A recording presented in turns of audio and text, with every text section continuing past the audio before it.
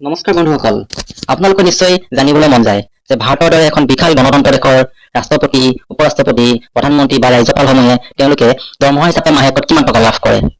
তেন্তে আহকচোন বন্ধুসকল, আজি আমি তাৰ বিষয়ৰ ওপৰতে আলোচনা কৰোঁ যে আমাৰ ভাৰতবৰ্ষৰ দৰে এখন বিশাল গণতন্ত্ৰ দেশৰ ৰাষ্ট্ৰপতি, প্ৰধানমন্ত্ৰী, ৰাজ্যপাল আৰু উপৰাষ্ট্ৰপতি তথা সমগ্ৰ দেশৰ ৰাজ্যৰ মুখ্যমন্ত্ৰীসকলে তেওঁলোকে দৰমহা হিচাপে মাহেকত কিমান টকা লাভ কৰে।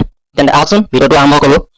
প্ৰথমে আহিছোঁ বন্ধুসকল প্ৰেচিডেণ্টৰ ৰাষ্ট্ৰপতি অৰ্থাৎ আমাৰ ভাৰতৰ ৰাষ্ট্ৰপতিৰ দৰমহাৰ ওপৰত আলোচনা কৰিবৰ কাৰণে। আমাৰ ভাৰতৰ ৰাষ্ট্ৰপতিৰ দৰমহা 2018 চনৰ আগলৈকে প্ৰায় 1,50,000 টকা আছিল, অৰ্থাৎ 1,50,000 টকা আছিল। কিন্তু 2018 চনত 1,50,000 পৰা বাঢ়ি গৈ তেওঁলোকৰ দৰমহা 5,00,000 টকা হয় প্ৰতি মাহে।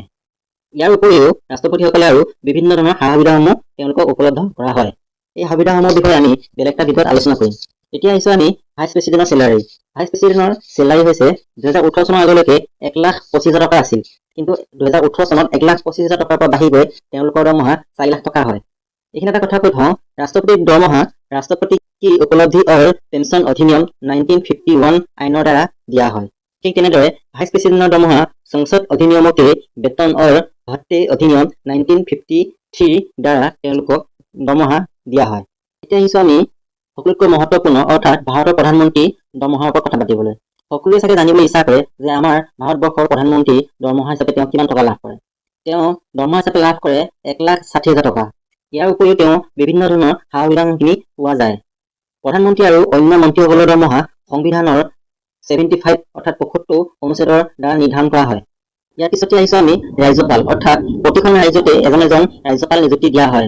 ৰাজ্যপালে মাহেকত তেওঁ বেতন হিচাপে 3,50,000 টকা লাভ কৰিবলৈ সক্ষম হয়। ৰাষ্ট্ৰপতি, উপৰাষ্ট্ৰপতি, প্ৰধানমন্ত্ৰী তথা ৰাজ্যপালসমূহক তেওঁলোকৰ দৰমহাৰ উপৰিও আৰু বিভিন্ন ধৰণৰ সা সুবিধাখিনি চৰকাৰে আগবঢ়ায়। এই সা সুবিধাখিনিৰ ওপৰত আমি অন্য এদিন আলোচনা কৰিম। এতিয়া আমি গৈ আছোঁ আমাৰ সমগ্ৰ দেশৰ ৰাজ্যসমূহৰ মুখ্যমন্ত্ৰীসমূহৰ দৰমহাৰ বিষয়ে আলোচনা কৰিবলৈ।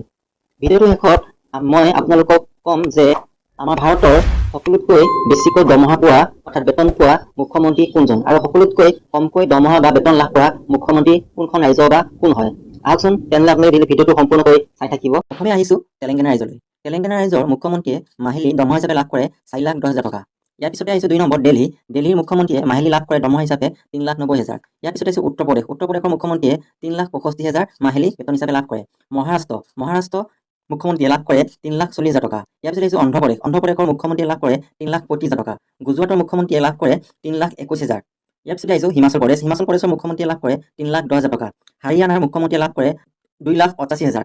ঝাৰখণ্ডৰ মুখ্যমন্ত্ৰীয়ে লাভ কৰে 2,72,000। মধ্যপ্ৰদেশৰ মুখ্যমন্ত্ৰীয়ে লাভ কৰে মাহিলী বেতন হিচাপে 2,55,000। ছত্তীশগড়ৰ মুখ্যমন্ত্ৰীয়ে লাভ কৰে মাহিলী বেতন হিচাপে 2,30,000 টকা।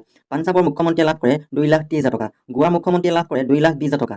বিহাৰৰ মুখ্যমন্ত্ৰীয়ে লাভ কৰে 2,15,000 টকা। ৱেষ্ট বেংগলৰ মুখ্যমন্ত্ৰীয়ে লাভ কৰে 2,10,000 টকা। তামিলনাডুৰ মুখ্যমন্ত্ৰীয়ে লাভ কৰে 2,05,000 টকা। কৰ্ণাটকৰ মুখ্যমন্ত্ৰীয়ে লাভ কৰে 2,00,000 টকা। ছিকিমৰ মুখ্যমন্ত্ৰীয়ে লাভ কৰে 1,90,000 টকা। কেৰালাৰ মুখ্যমন্ত্ৰীয়ে মাহিলী বেতন হিচাপে লাভ কৰে 1,85,000 টকা। ৰাজস্থানৰ মুখ্যমন্ত্ৰীয়ে লাভ কৰে মাহিলী বেতন হিচাপে 1,75,000 টকা। উত্তৰাখণ্ডৰ মুখ্যমন্ত্ৰীয়ে লাভ কৰে 1,75,000 টকা। উৰিষ্যাৰ মুখ্যমন্ত্ৰীয়ে লাভ কৰে 1,60,000 টকা। মেঘালয়ৰ মুখ্যমন্ত্ৰীয়ে লাভ কৰে 1,50,000 টকা। অৰুণাচল প্ৰদেশৰ মুখ্যমন্ত্ৰীয়ে লাভ কৰে 1,33,000 টকা। অসমৰ মুখ্যমন্ত্ৰীয়ে মাহিলী বেতন হিচাপে লাভ কৰে 1,25,000 টকা।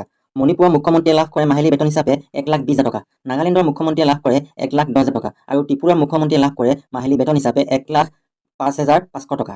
গতিকে বন্ধুসকল, মই ক'বলৈ ওলাইছোঁ আপোনালোকক আমাৰ ভাৰতবৰ্ষৰ সকলোতকৈ বেছিকৈ মাহিলী বেতন পোৱা মুখ্যমন্ত্ৰী হৈছে তেলেংগানা ৰাজ্যৰ। তেলেংগানা ৰাজ্যৰ মুখ্যমন্ত্ৰীয়ে সকলোতকৈ বেছি বেতন লাভ কৰে মাহিলী। আৰু সকলোতকৈ কম বেতন হিচাপে লাভ কৰে ত্ৰিপুৰাৰ মুখ্যমন্ত্ৰীয়ে 1,05,500 টকা। গতিকে বন্ধুসকল, ভিডিঅ'টো কেনেকুৱা লাগিছে? যদি আপোনালোকৰ ভাল লাগিছে তেন্তে চেনেলটো ছাবস্ক্ৰাইব কৰি দিব। তেনে আজিলৈ আহোঁ, ধন্যবাদ, নমস্কাৰ।